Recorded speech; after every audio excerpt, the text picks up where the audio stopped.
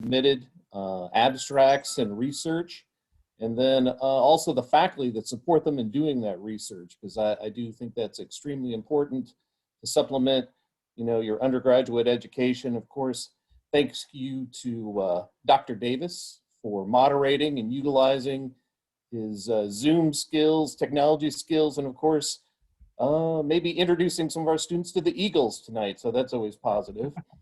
And with that, I want to thank President LaForge for joining us. I know he's certainly a supporter of students and student research, and I will turn it over to him. Thank you. Thank you, Dean Slagle and Dr. Davis. First, I commend you all for sponsoring this great program, giving our students an opportunity to participate in research and do some projects that are either long-term in nature or very local and applied and timely. It's a combination, and I think it's important for a university to engage in this. So I commend you all, the faculty, and all those who are supporting this program, as well as our students who are participating. You know, it's part of the scholastic enterprise of any university. It satisfies intellectual curiosity to do research, and it has a product at the end that supports new ideas and an expansion of what we do in our various disciplines. So I want to commend all of you tonight for your research and for presenting and bringing your projects and posters forward. And I wish you all well in this tonight. I appreciate very much what you do for Delta State and being a part of our great family. So I welcome you all, salute you for this great effort, and hope you have a great evening. Thank you very much, President Ford. We appreciate you being here. Well, Dean Slagle, is there anything else you'd like to add, or are we willing to move forward? Dr. Davis, let the games begin. Yes, sir. Well, it's really great to have you all. We had, I can't remember exactly how many abstract submissions, but Dean Slagle and I did go through quite a bit. And then Dean Slagle did send off all of the abstracts to a third-party sort of review panel. That review panel then picked 7 in a sort of a tier-layered results for the research. And I thought they did a really great job of picking a diverse group of people with a diverse group of topics. Out of the 7 that were selected, 6 of them did come from the College of Education and Human Sciences. So we're really proud that those students are participating in research. I know that Dr. Goldman is here, and I believe that she was an advisor. I know that Dr. Mary Beth Pennell is also one of the advisors. However, she is in class tonight, and her student is here and has asked to present first so that she could go back to class and finish up her class this evening. So I do want to thank those people for that. I briefly want to talk about the agenda and then make sure that students are, knowing that they can share screens. And I would ask that the students that are presenting to have their Prezi or their PowerPoint up and ready to go, just so that when it does come your turn, you can just share very quickly and get all set up. I do want to thank PER 617, which is Organization and Supervision of Recreation Services class that's here. I also have, I know PER 670, Facility and Event Management are here, supporting their grad students that are involved in tonight's showcase. So I'm really proud and grateful to see all of those students that are here supporting their peers. Also, it looks like Dr. Vicki Bingham is here from the School of Nursing. Dr. Bingham, it's great to see you here and have you here. So, without further ado, I will sort of tell you what the agenda is tonight. Our first presenter tonight is Miss Courtney Ford. She's from the Division of Counselor Education, and she's going to be presenting on dual enrollment participation for Urbana High School. So, Ms. Ford, whenever you are ready, Ms. Ford, you can go ahead and share your screen. And I'm going to make you I'm going to go ahead and pin your video and spotlight it. So you should be up and ready to go whenever you're ready. All right. Hello, everyone. I'm going to quickly share my screen so that everyone can see my short but sweet presentation. First of all, I am Courtney Ford, and I am a graduate student in the school counseling program, graduate program here at Delta State University under the Counseling, Education, and Psychology department. I'm currently interning at O'Bannon High School, where I work with specifically with the dual enrollment students at the school. So that's what my presentation is centered around. The research that I did do is research that I completed on my own. We had to do this for a requirement for the program and for our graduation requirements. So all of this information is a lot of hard work and legwork done by me. So yeah, the title of the presentation is Dual Enrollment Participation for O'Bannon High School. And to give you a brief backstory of what dual enrollment is. Dual enrollment is an option for high school students, mostly juniors and seniors, to complete courses, college courses, while they are in high school classes as well. And they're normally picked based on their GPA and their class participation in the school setting, in their high school setting. So that's what dual enrollment is. The purpose of the research was to follow the ASCA national model, which is the Association of School Counseling Administrations. So we do that using the SMART goal. So a SMART goal is basically a goal that we, as interns, set to accomplish by the end of a certain time period. And mine was focused on adequate participation in dual enrollment courses, given the fact that we were in the middle of a pandemic. COVID-19 hit my district pretty hard. So a lot of things, we were a little concerned about what dual enrollment would look like given the issues that we were having. So as you can see, the problem was we wanted to make sure that the students would excel given the issues that we were facing. They were going to excel in their dual enrollment courses. I hypothesized that even though we had a lot of struggles at the beginning, I hypothesized that 75% of the students will maintain participation and engagement in their dual enrollment courses. That's a big number. It looks like a big number, but I had high expectations because the district was working really, really hard to maintain students' abilities to log on to classes virtually, complete online assignments and things of that nature. So I had high hopes. Under, you guessed it, federal law. Thank you for listening to your flight test announcements concerning these new federal regulations. I don't know. Okay, so the definition of SMART goal.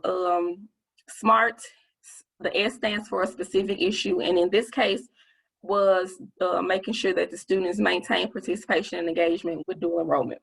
The measurable goal, measurable part of the goal is the 75% number. I wanted to see if I can maintain that 75% of the students participating in their dual enrollment courses.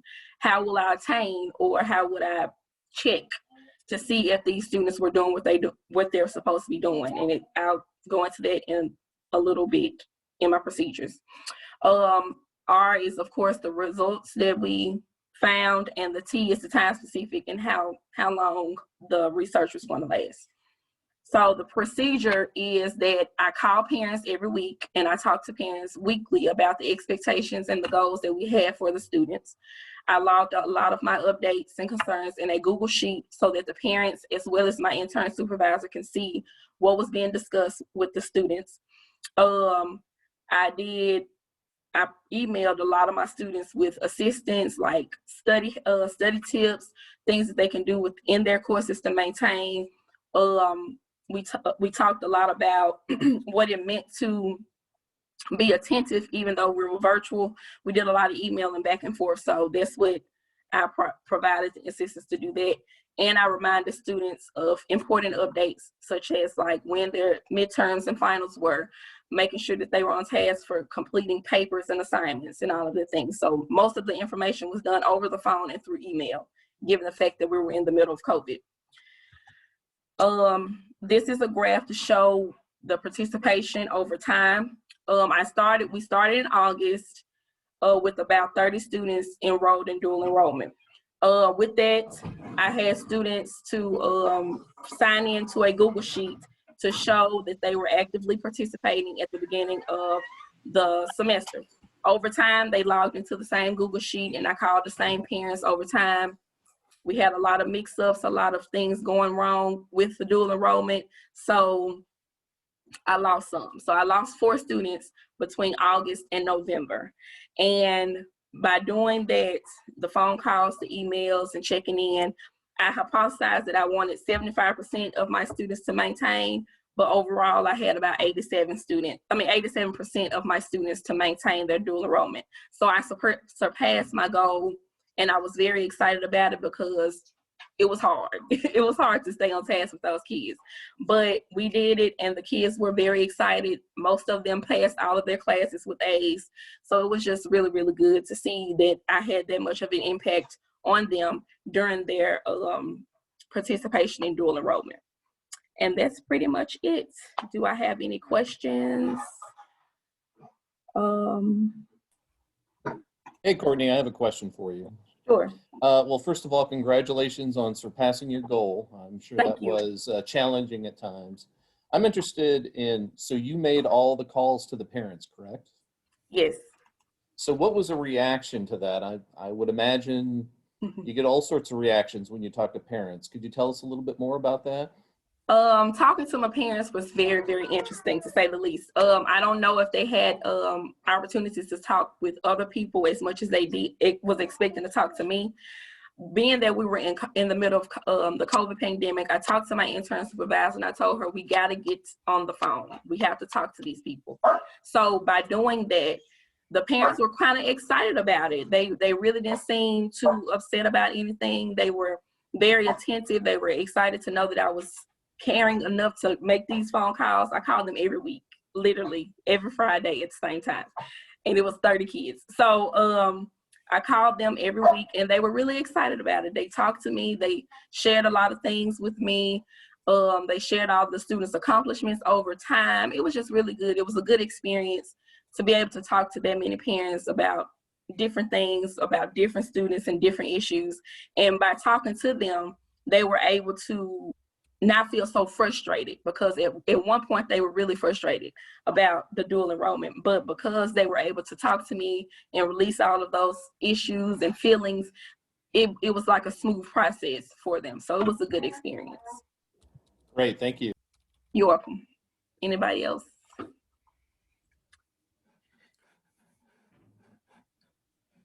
I just have one question too, Ms. Ford.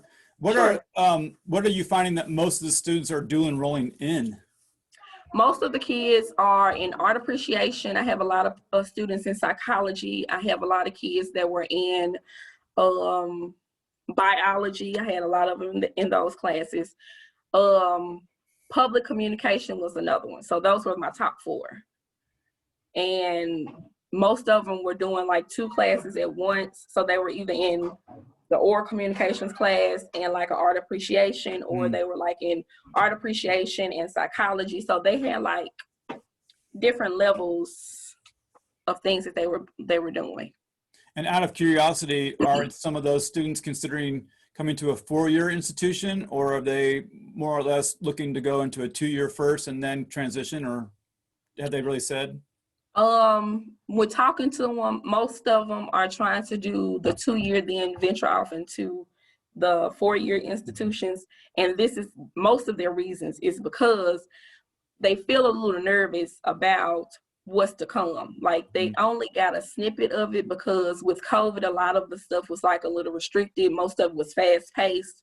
And they just, they had some issues at the beginning, but I try to help them along the way so that they don't feel so overwhelmed, but they're still kind of apprehensive. So most of them are talking about going to 2 years and then venturing off into the 4-year institutions. I do know for a fact about 3 of the 30 that I started with last semester, about 4 of them are going to a 4-year institution, but the other large number are trying the 2-year institutions first. Sure.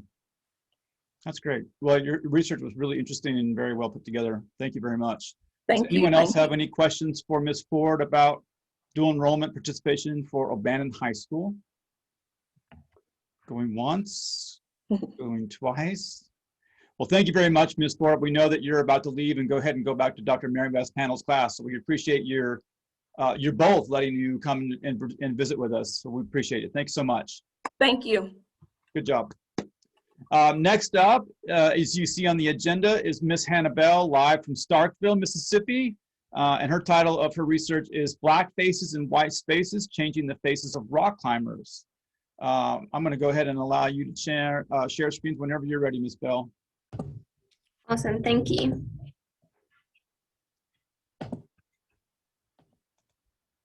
All right. Can you all see my screen? It's coming up. Okay.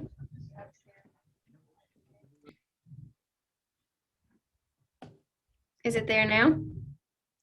It's coming. It looks like it's there now. Yes, ma'am. Okay, awesome. I will ask if y'all will just check real quick to make sure that your microphones are muted, because I'm easily distracted if I hear background noise. But as long as y'all are all ready, I will go ahead and get started.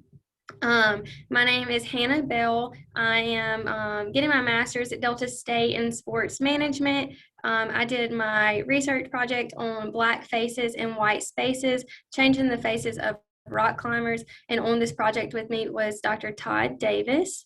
Whoops, let's see, mine must be going backwards. So let me just get back to the front real quick. Okay. So in this literature review, I did my research on Black Indigenous people of color and how they perceive themselves unwelcome and uninvited in indoor and outdoor recreation spaces. Specifically, literature review, I'll be talking about the Brothers of Climbing, which is a group based out of New York. But before I do that, I just want to touch on why they feel unwelcomed in indoor and outdoor recreation spaces. So there is a long history of injustice and racism that plays a significant role in Blacks' participation, leisure, recreation, and wellness. So much so that the founder of Brothers of Climbing, Mikhail Martin, had done a Google search asking, are Black climbers? He was interested in climbing, but he had never seen any Black climbers. So throughout his research on the internet, he found a forum where somebody said Black people don't climb. And so Mikhail Martin started the Brothers of Climbing, and they had a mission to increase involvement of minorities in outdoor activities, and not just in rock climbing, but just really increasing their visibility and participation in all outdoor recreation spaces. So I just want to touch a little bit more on my research and methodology behind that. So I will do that. So here, it was just a little over 50 years ago that the 1974 Civil Rights Act was passed, which among other things granted permission for Black communities to enter public spaces like national and state parks, spaces that they had previously been banned from. That really was profound to me, just to think about being banned from somewhere, and how had I been banned from somewhere, I wouldn't feel super invited or welcome into that space again. And other research from Jones showed that it's something that you see again and again when you look at the history of civil rights movement and slavery. Black people were going into the woods and not coming back out. That stood out to me a lot, just thinking about not only were they banned from these places, but if they went, then they potentially wouldn't come out. And so the participation in African Americans has increased somewhat. It increased 3% from 2017 to 2018, and we did see a little bit of that. Was really the biggest boost that they had in indoor climbing, but just not a significant amount. And if you look at any major climbing, if you look at any major climbing magazines or companies like that, they look just like me. There's no representation of African Americans or people, or really diversity. They all look me, white skin hair, and that stood as climbing biggest tool was their marketing to climbing starting page to capture diversity and inclusion amongst their group. The goal is for other Black Indigenous people of color all over the world to see that there is space for them in outdoor and recreation. Can y'all still hear me?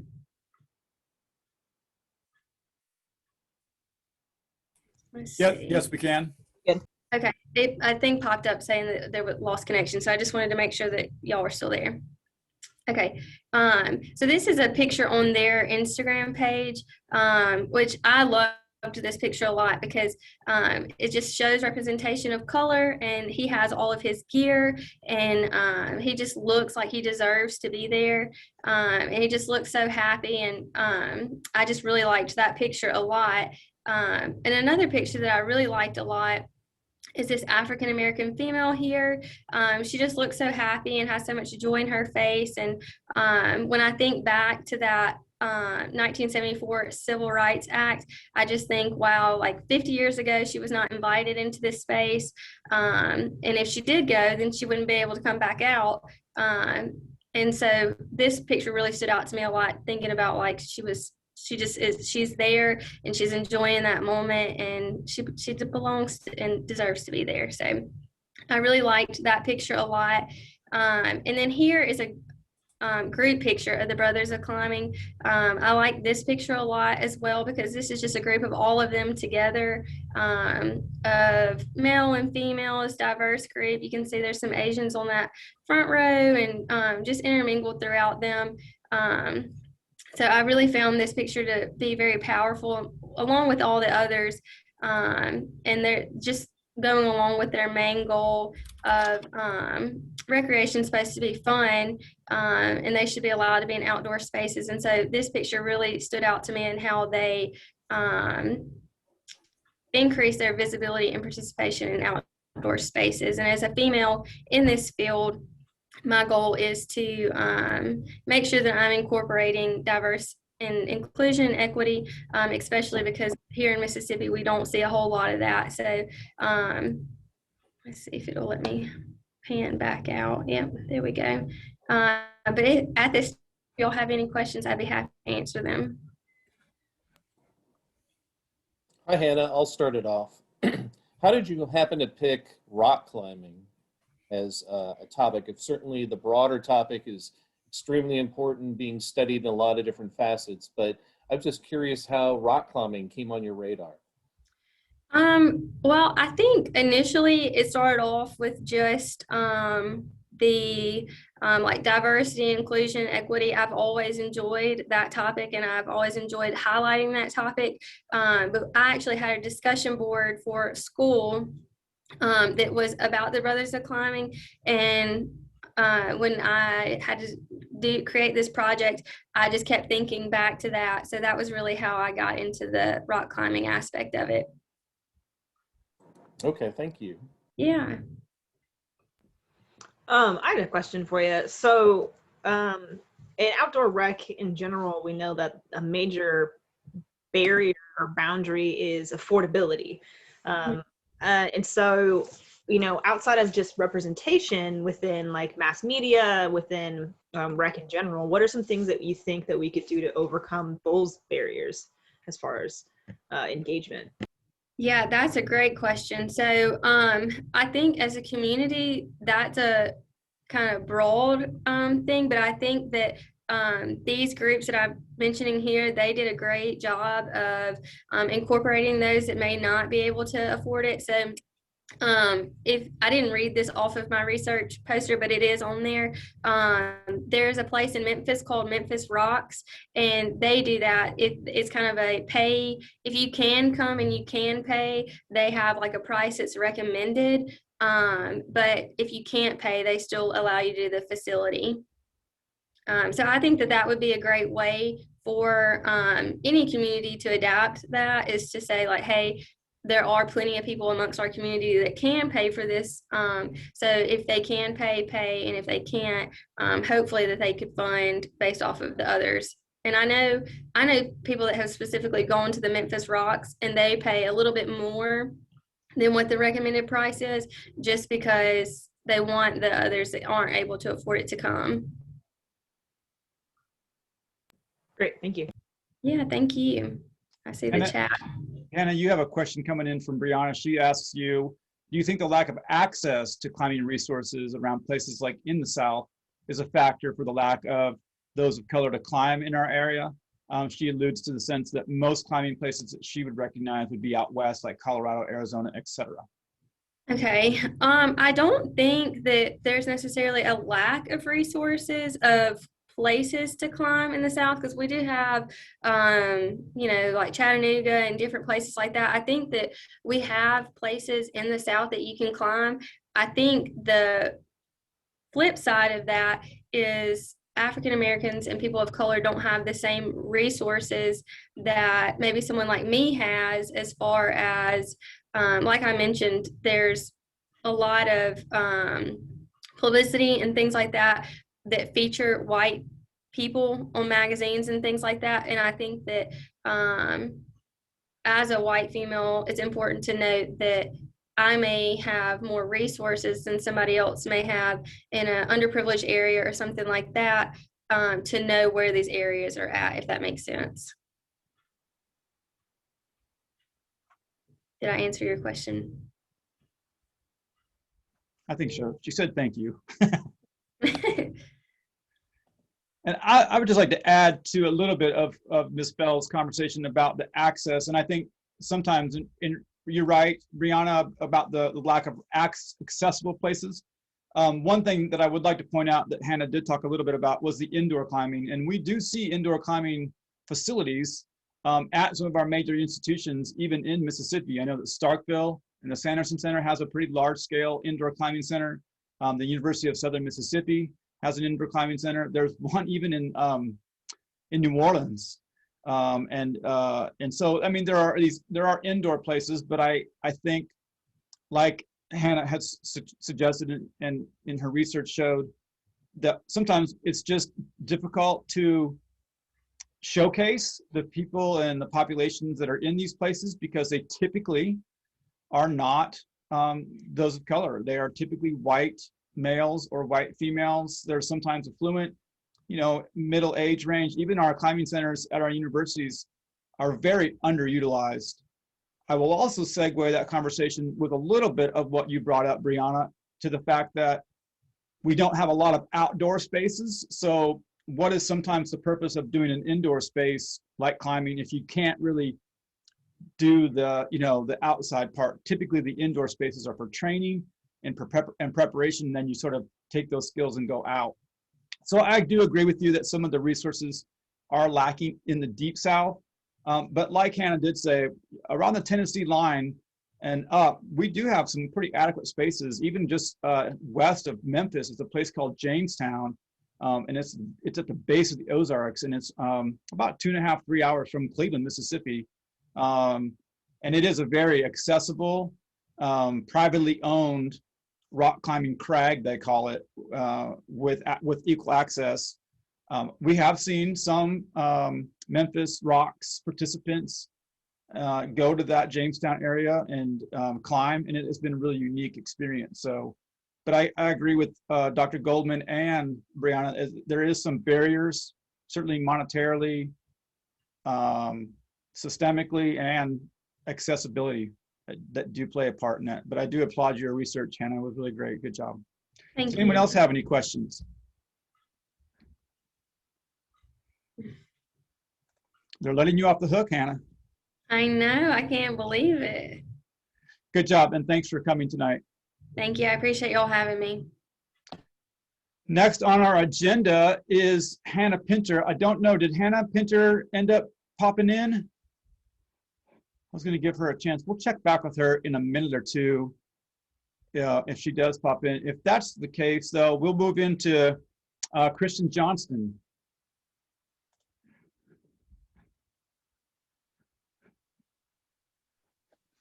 Hello. Hello, Christian. Sorry, I'm trying to get the kids pushed out to the back real quick. No problem. If they pop in, it's no big deal. We'd love to see them. Oh, you wouldn't hear me if they popped in. All right. Can everybody see my screen? It's just popping in, but yeah, it looks like we can. All right, perfect. Well, my name is Christian Johnston. I'm an assistant athletic trainer here at Delta State University, and I am taking Dr. Davis's class 617. I'm getting my master's in sports management. But I did my research on the health and wellness benefits of pickleball for elder adults.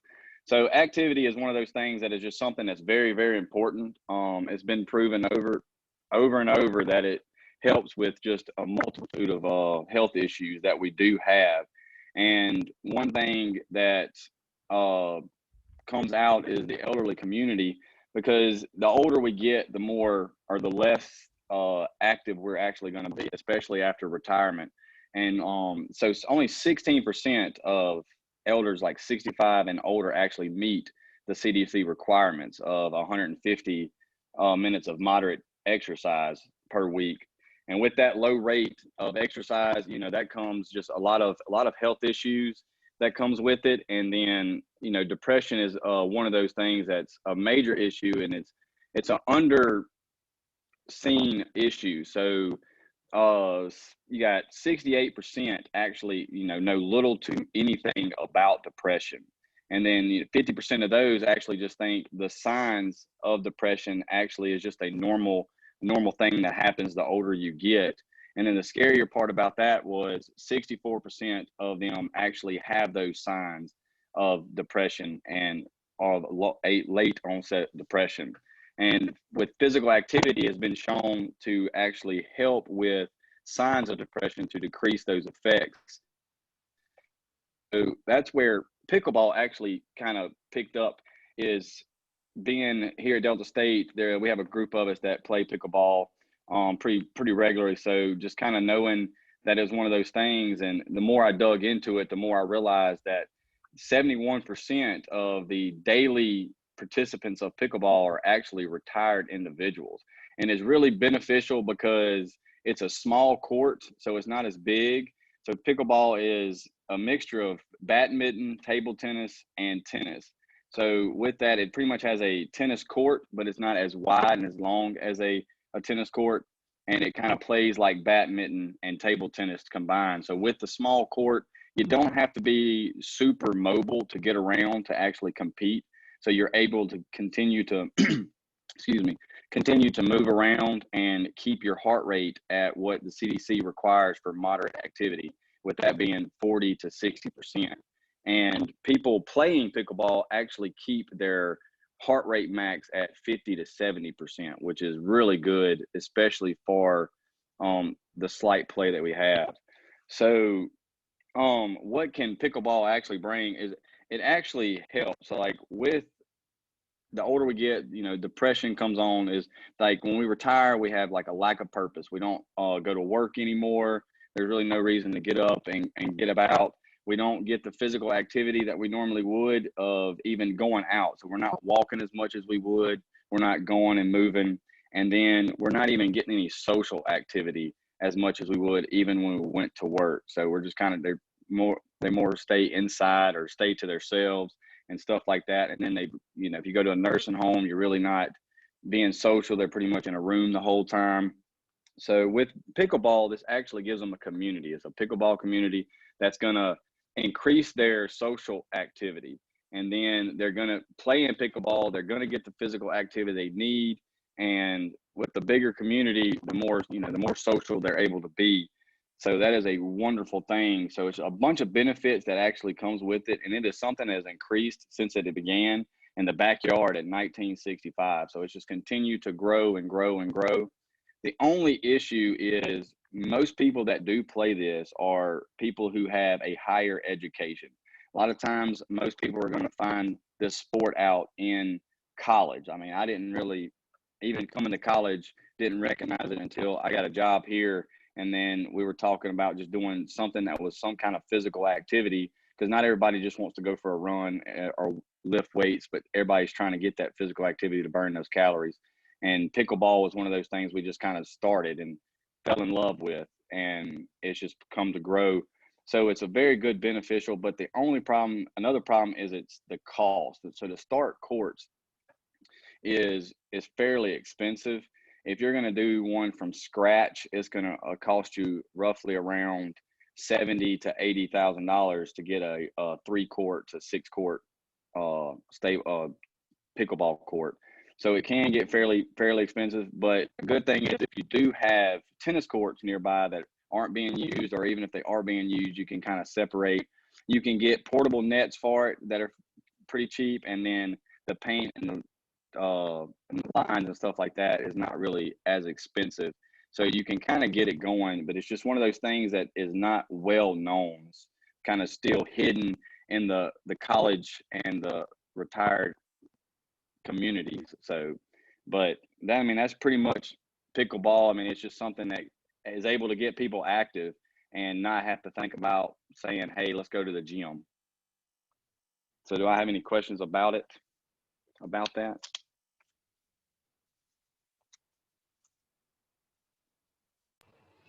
So I know in like sport complexes on like soccer fields, they'll in different paint, different spray paint, they'll spray paint like ultimate frisbee field lengths and whatnot. Do you think that would be an option for like tennis courts? Because I know we already have some tennis courts, but to be able to go and like with a different color of paint, create a pickleball outline within that sphere as like a cost-effective way. Yes, man. That is actually a great thing. So a lot of people have actually started doing that. My uncle actually sent me a picture. It was a pickleball, or tennis court, but they actually just took white lines. It was the same colored lines, and they just inside. So on the presentation is where the court cost is right here. Those little lines right here, that is actually the pickleball court inside the tennis court. And some people, they can put 4 on one court, some do 2, kind of turn them sideways. It is actually the cheaper way. It doesn't cost as much. You're looking at roughly around $500 to get it. And we've actually talked to Jason Wood, the recreational coordinator here in Cleveland, and he has thought about it. And we talked about kind of getting some to put on some tennis courts at Bear Pen. And when Cody Clark and I went up to Memphis for a baseball game, we actually found a pickleball court. This man had a private land, and he just built his own pickleball courts. He has 6 courts there, and got to talking to him about how much it cost him and stuff, and started talking to Jason about that. And he said that's possibly something, if we can find space, that he's going to actually try to get here in Bear Pen. Cool, that'd be great. Christian, I have a question for you. I see one of your little nuggets on your presentation is the growth in older adults. How do you account for that growth? You just think it's increased awareness? Yes, sir. So it's growing more in the retirement communities. So you have communities that are just, that's what they do. They just retire there. So they're starting to build pickleball courts inside those communities, because the surrounding community realizes how important it is to be physically active, and how important it is to be social and get out and actually have a purpose. So they're actually building these pickleball courts in the retirement communities. So that's a lot of the reason why it is growing in that area as well. And just as a follow-up, in any of your research, did you see that it was more popular in certain regions of the country? I did not. It's really more just where a retirement community really is what more the region of area, the more areas that were more participant in it. Okay, thank you. Christian, Hannah Bell is asking about Delta State's campus recreation program and offering pickleball. The games that you're playing here are mostly social network games, correct? They're not part of a class or a program at this point? Yes, sir. So Kirk Mansell is the intramurals coordinator. So Delta State has intramurals, and pickleball is actually one of those competitions that we have. So we're just real good friends with him. So it's actually the athletic trainers, our media, and he will get together, and every so often on the lunch break, and we'll play a round or two of pickleball. So it's in the gym at Kent Wyatt, or not Kent Wyatt, at Wyatt Gym. So it's the lines on that first court are actually they have badminton lines, and then the smaller lines within the badminton lines are actually the pickleball. So we just pull over the volleyball net poles, and we grab a badminton, and you put the badminton net at the lowest level so it's touching the ground, and we just and they have paddles there, because the paddles that we use are the very, very beginner paddles. They're probably about 20 to 40 bucks. Now, a couple of us have actually went and bought some paddles. I mean, you can spend all the way from 20 bucks to $200 for a paddle. Mhm. Does anyone want to know where pickleball got its name from? Kristen, do you know? So the owner, I wish I had the video. The guy who's actually pickleball started, there was a group of guys that were at the house, and they were just trying to get the kids out, and they were like trying to figure out something. So they went outside in the backyard, and they had this little concrete slab for where they had badminton, and they started grabbing all kind of paddles, whatever they could find, and then they just put a net, and it actually was up like a badminton, and then it just kind of modified then. But it was the name of the dog of the guy who started it. Yep, they're dog pickles. That's great. Does anyone have any more questions for Mr. Johnston? Yes, I have a question. So, so what next? We know that this yields health and wellness benefits. So, what about getting the word out and trying to get more people, the elderly, involved in playing this? And that is my main goal. Is after I started doing this research, I realized I always thought that you had to have just this very expensive court, but then after doing it, I realized you could really just find some tennis courts and you can modify it and do it. So that was one of the reasons that I got contacted Jason Wood with Cleveland, was to try to see if we could get something going, because it's really not a expensive sport. And I mean, it's something that's just easy and simple. Tennis players don't actually like it because it's actually taken over, because everybody's wanting to play pickleball instead of tennis now, because it's just one of those things that I can put me at the skill level I am, and you can take someone who's 67, and we could near about be at the same skill level and compete with each other or compete against each other and still have fun at the same time. So it's just one of those things. We just got to get the word out, just the ones who know about it, and start pushing it and get these courts actually put down and begin. And Delta State could be a good source towards that once we kind of get away from the COVID and we're actually able to open up the gym and bring people in. If that is a possibility, that'd be something we could do, because this is during the COVID is actually when everything was slowing down, is when we kind of figured the game out, or found out the game about it.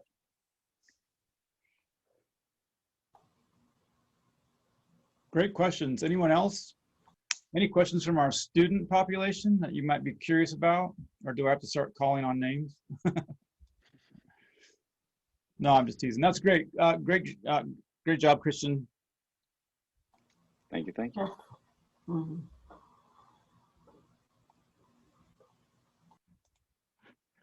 Next up is Miriam Isabel Larson.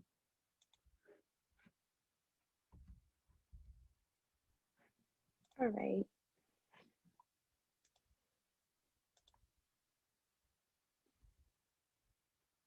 Everybody can see the screen? Yes, ma'am. All right. So, good evening, everyone. Today we're going to talk about the treatment plans for children victims of sexual abuse in Haiti compared to the US. So, children's sexual abuse, also known as CSA, is known to have lasting effects on people even in their adult life. It is often linked with the origin of many severe mental disorders such as PTSD or BPD. And victims of childhood sexual abuse are thought to be vulnerable in this regard because of the interpersonal and repetitive nature of CSA, and because the abuse might disrupt the normal mental development deemed necessary for healthy emotion regulation. So child sexual abuse is a widespread problem. We have 1 in 9 girls that experience sexual abuse at some point in their life, especially under the age of 18, and 1 in 53 boys. Now, some terms and definition that I would like for you to know before continuing. First of all, child sexual abuse is a form of child abuse in which an adult or older adolescent uses a child for sexual stimulation. So we can go from indecent exposure to child grooming and also child sexual exploitation, including child pornography.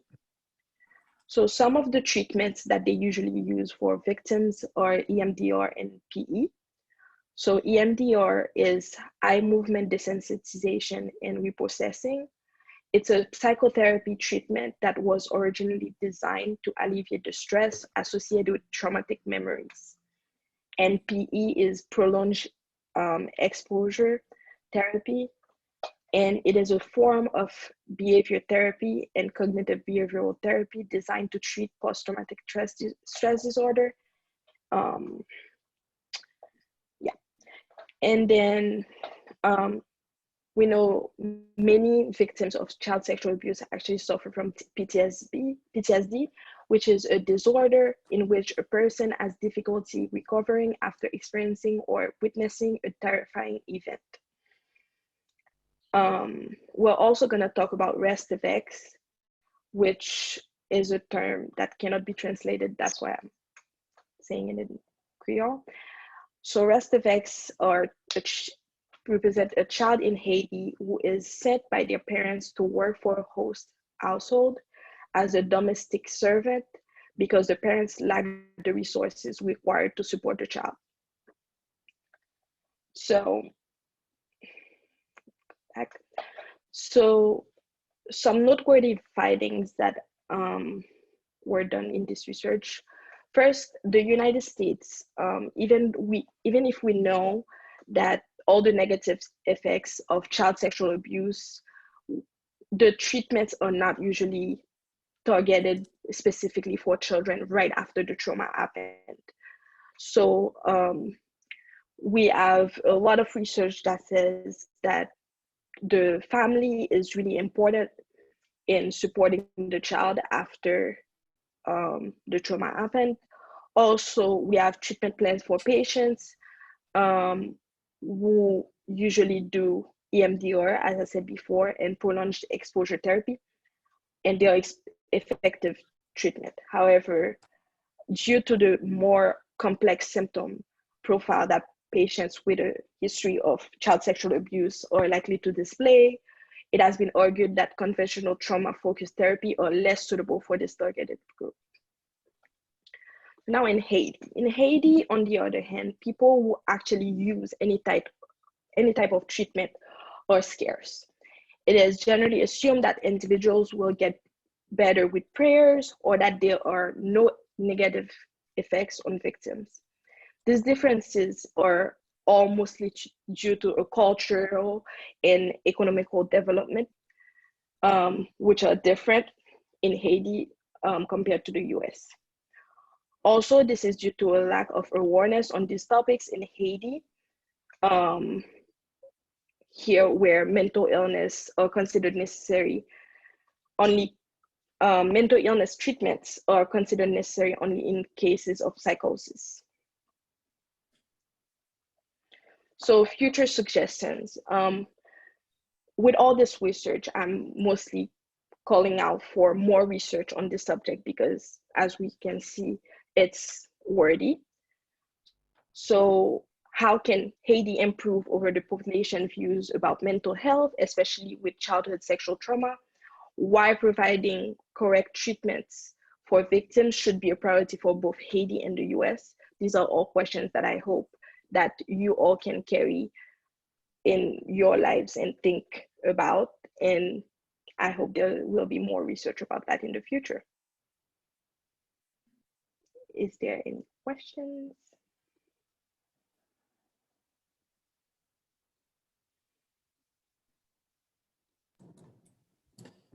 Miriam, it sounds like certainly this is a very difficult topic, and challenges both in the U.S. and in Haiti. But how do you think, do you have any idea of any strategies to raise the awareness in Haiti based on that unique perspective from that community? Good question, thank you.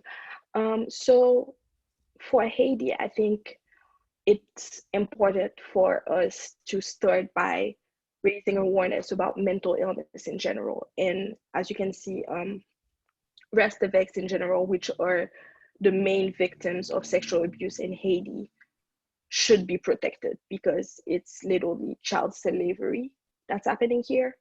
So raising awareness in the media, just knowing about it and calling out people for it when they're doing it in public is, I think, the way to go.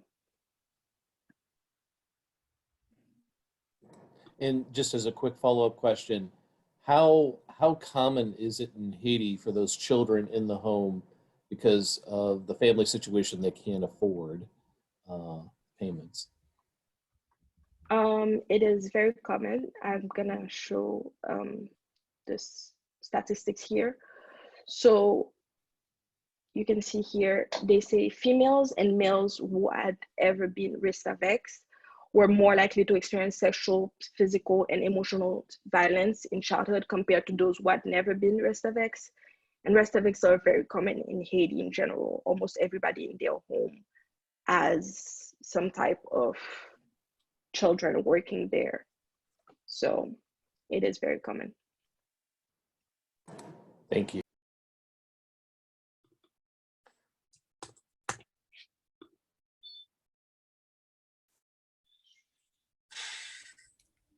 I was just curious, what got you interested in this topic or this area of study?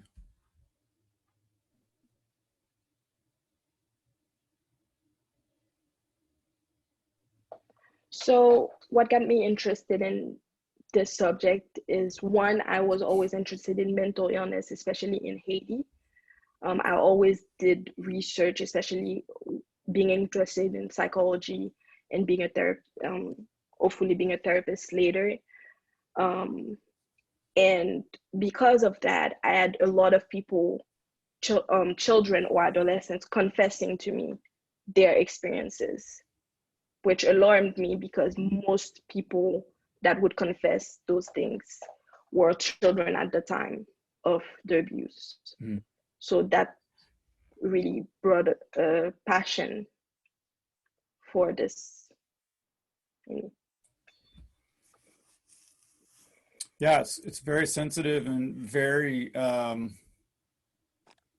it's tough to hear, but I think, and sometimes it's things like this where you can provide this exposure, especially at a university. I think sometimes it's very helpful for us to understand what, what's happening outside of our bubble. So I really appreciate you bringing this sensitive topic to light.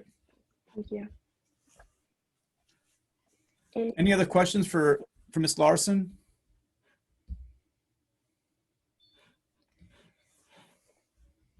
Great job. All right. I was just going to ask really quickly if Hannah Pinter was able to show up at all. If not, then our last presenter of the evening is Ladarian Evans. Ladarian, whenever you're ready. Okay, 1 second.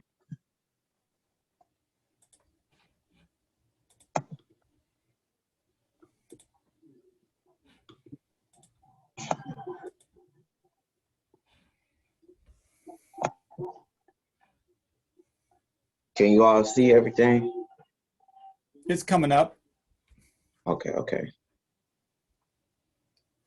It's just taking a quick second, but I think it'll be here.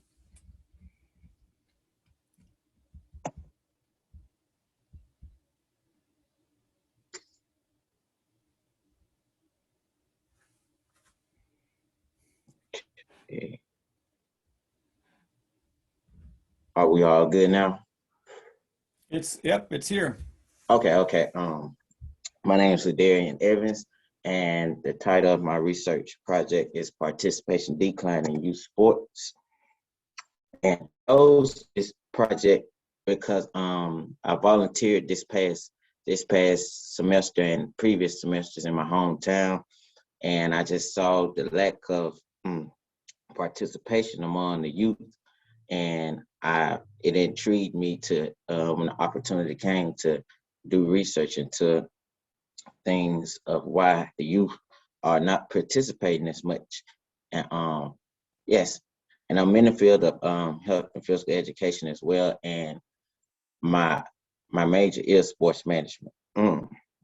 So in my findings in methodology, one of the reasons that I found that the authors found reasons why youth quit sports is at the top it would be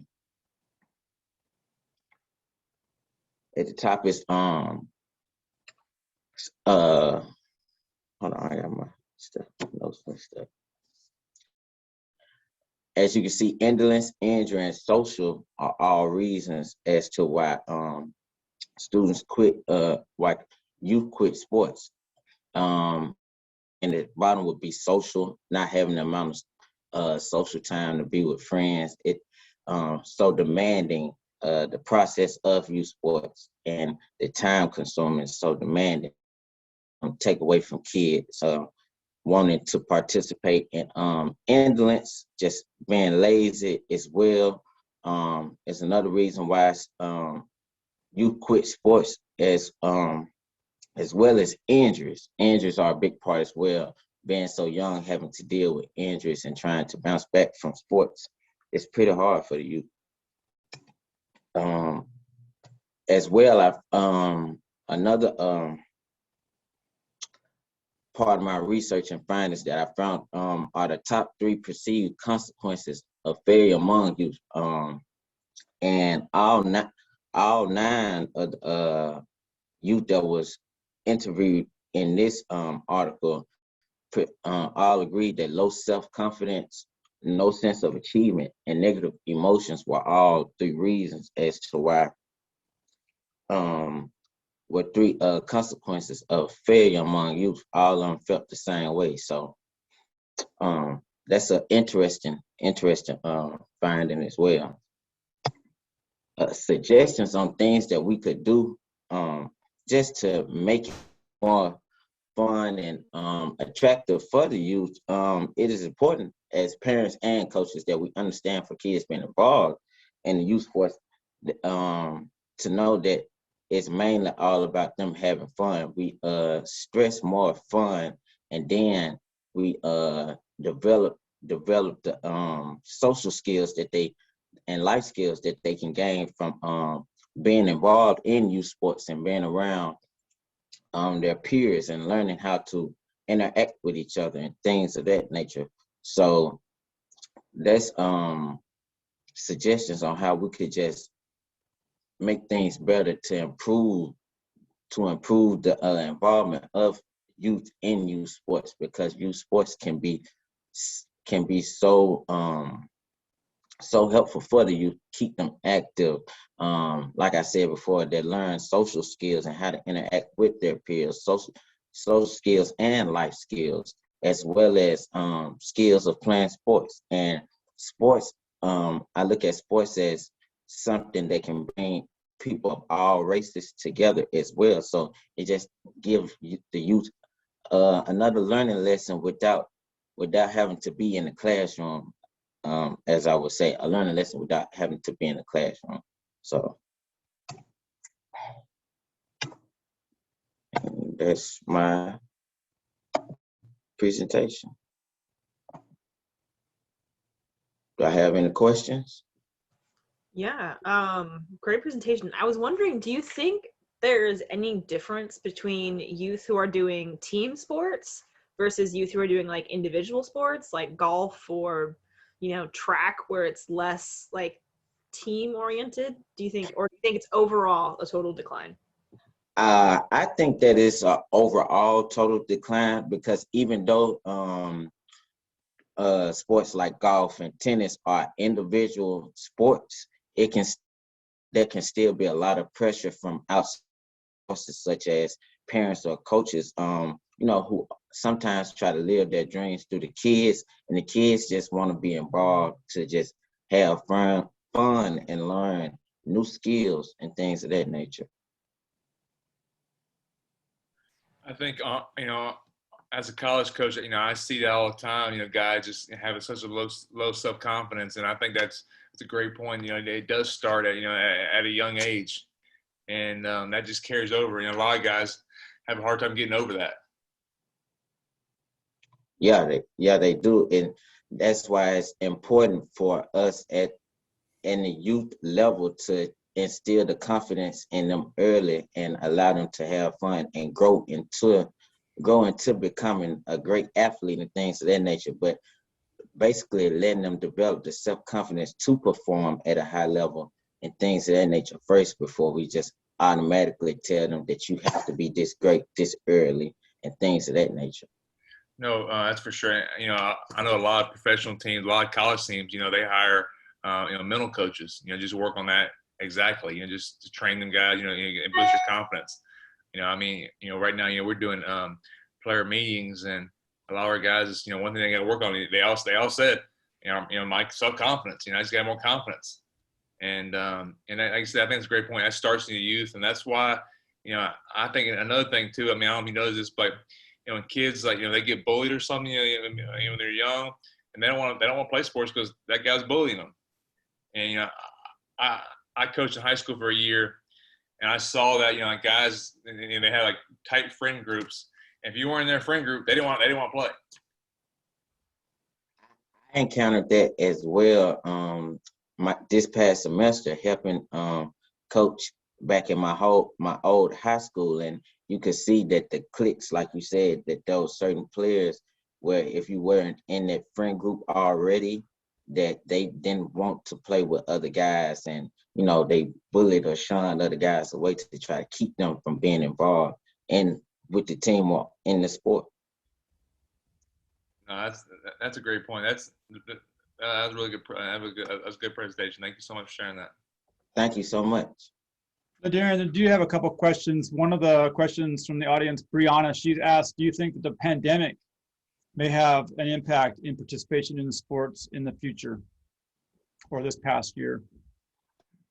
I think the pandemic has had an effect on youth sports this past year, especially with a lot of, recreational facilities in the surrounding areas closing due to COVID protocol. And sometimes you have a lack of funds for facilities, for the upkeep of facilities.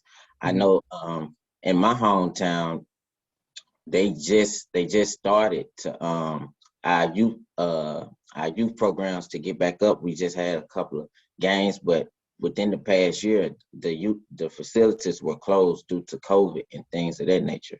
So I do think COVID has played a part in it as well, just this past year anyway. Hannah Bell also asked, you said you had worked with youth, and she was wondering where you were working with youth at. Was it in the Cleveland area or somewhere else? It was back in my hometown in Greenville.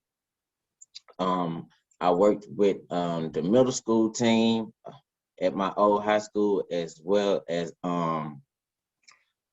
a city league team that consisted of fourth graders.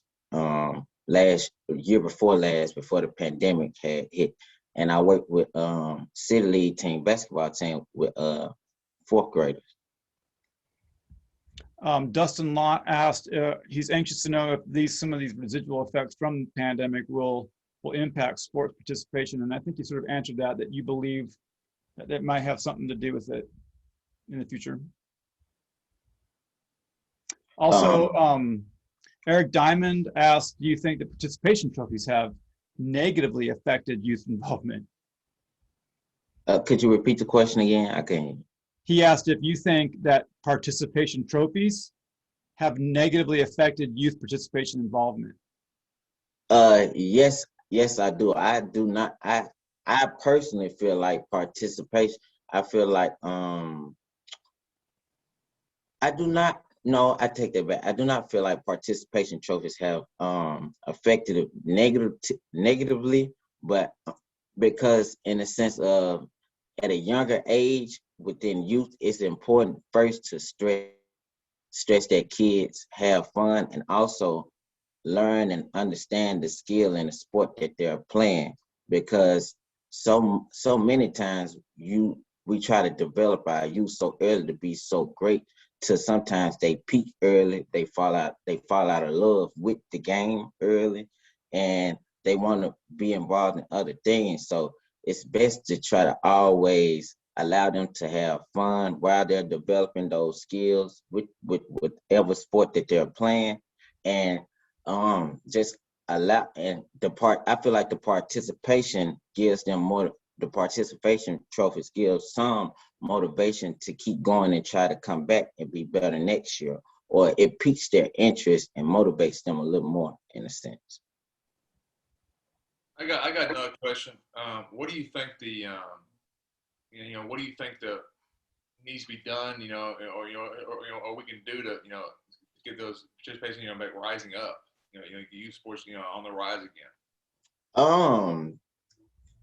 Just like I said before, it's I feel like some of it starts with parents as well. Like when you're signing your kids up and involving them into the sport, like I know that we as grown-ups are very competitive and want our kids to be the greatest or the best, but let's focus more on allowing the kids to have fun and learn the skill, and just learn skills as far as like social skills and being with their peers and having fun.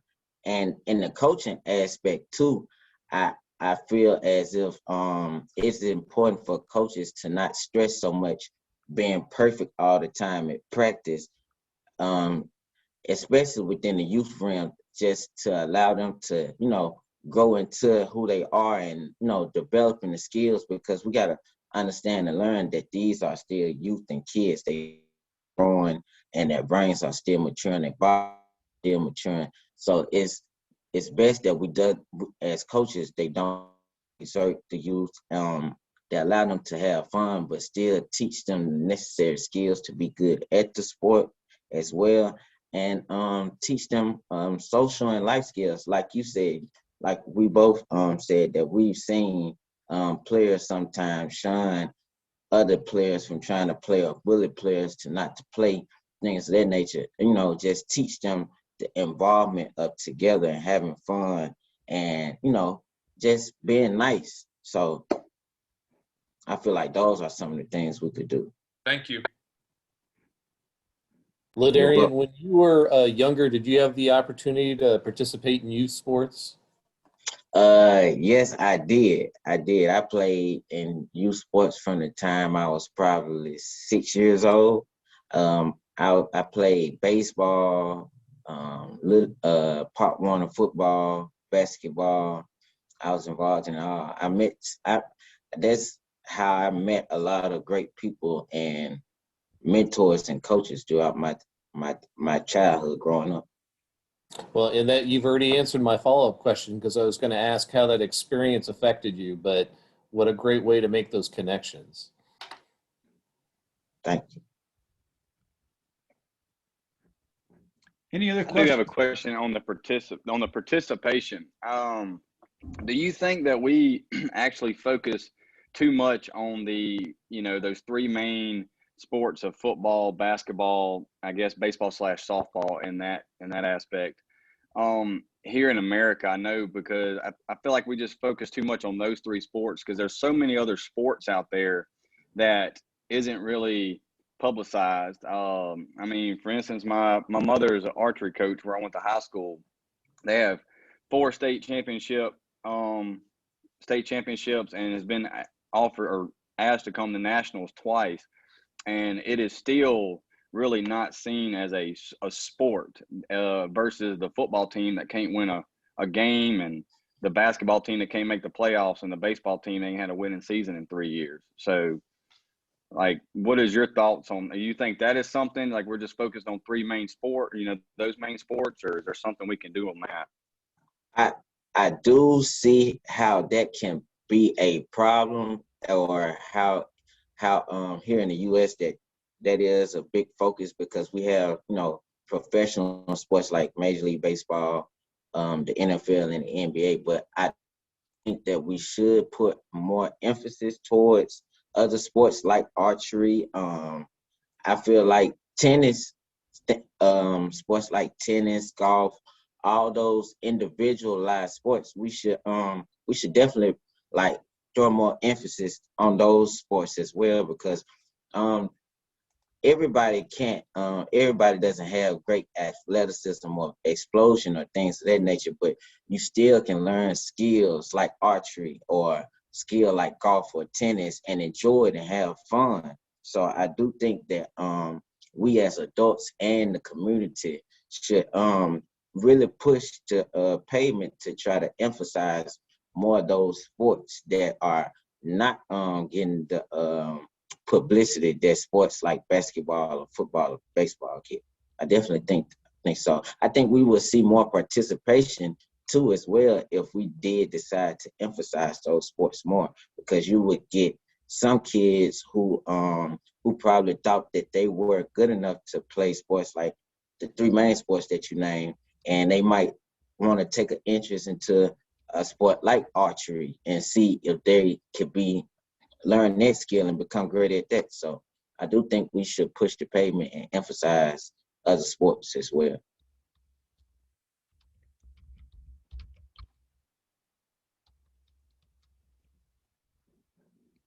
Does anyone have any last questions for Ladarian Evans? Great job, Ladarian, and thanks for coming. We appreciate it. Thank you. Ms. Jackson just did state that she's a middle school teacher and she's made a deal with her 6th and 7th grade football students that if they agree to participate in the sports, she will actually go and cheer for them at the games. I like that. I really do like that. It's great that to know that you know, to have someone cheering for you in the stands, because not all participants or kids who are in sports all the time get the necessary support that they need from the community or the adults in their life. And they might see some of their other peers who have parents or people in the stands cheering for them and things of that nature. So it's good to know that your teacher will root for you and come watch you play. That's great. Well, good job, Darian. I just was going to do a last call for Hannah Pinter if she had happened to pop in at all.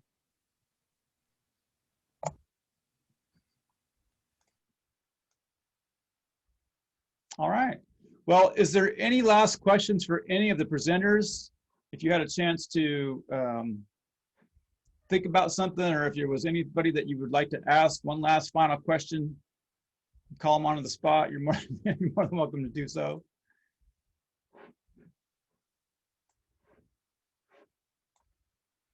All right. Well, Dean Slagle, I'm going to turn it over to you. I think that concludes our evening. If there's anything you'd like to say, or if any of the faculty are here and they would like to say anything about their advisees or their participants, please go right ahead.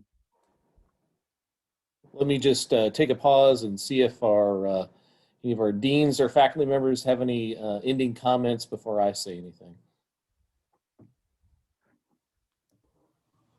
I'll go. Miriam was my student. I think you did a great job. And all of the students, I think your passion for your topics is clear and evident. And it's great to see, you know, things that you all have been working hard on. So way to go. And you made Delta State proud for sure. I have certainly enjoyed each of the presentations, and while I did not have any students represented here tonight in this event, it was still very enjoyable, and it was such a diverse array of topics. So great job to everyone, and thank you for being willing to get out there and present. And just to follow up on Dean Bingham's last comment, certainly I learned a lot tonight. I enjoyed the variety of subjects, but I want to commend you all for participating, because I very well know that we all have different levels of comfort in participating and presenting your research. And especially in a virtual format, I'm sure you're all very tired of Zoom at this point and look forward to face-to-face interactions coming more later in the fall or later in your course studies. But I thought everyone did a great job and I really enjoyed it. So I will turn it back to the final turn for Dr. Davis. Well, I just want to thank everyone for being here. This is our second year in a row of doing the virtual realm. And although it's not ideal, I think it does lend just the opportunity for more exposure and for more people to be involved, regardless of where they are. It's just nice to see that we have students from all over the state and all over the country. We've got some graduate students here from Starkville. Hannah was presenting live from Starkville tonight. I know we had some students in Texas that are in our program. So, you know, the virtual, like Dean Slagle said, it's certainly not the most ideal. It would be really great to have us in a room and, you know, touching, feeling, and smelling all the things that you can do when you're in the room. But I will say that it does, the virtual and the technology has allowed us to continue this great platform. And I do want to thank Dean Slagle for reaching out to us last year and trying this as a pilot. I think it was successful last year, and I think we've made some changes and adaptations that have even streamlined it even more. I would encourage the faculty and the deans that are here tonight.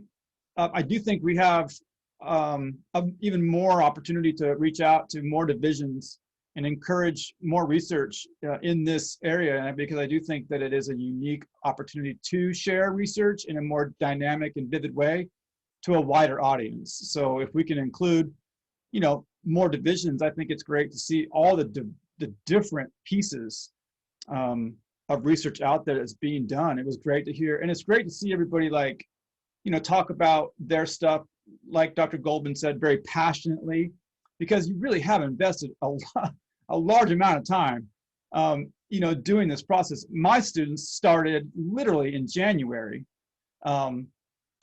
You know, like on the 15th, I think we started pretty much right with our topics. And then we had all these different phases of, you know, working on the introduction and then working on this and working on this and getting feedback. So, I mean, this has literally been a 14-week process to come to this sort of culmination, which I'm assuming that Dr. Goldman and Dr. Bingham, you know, when they have their students do it, it's the same thing. But it has been a work in progress. So this showcase, which I really enjoy that term showcase, really has been a way to show and highlight your work. And I thought it was just really great. So I really do appreciate the opportunity.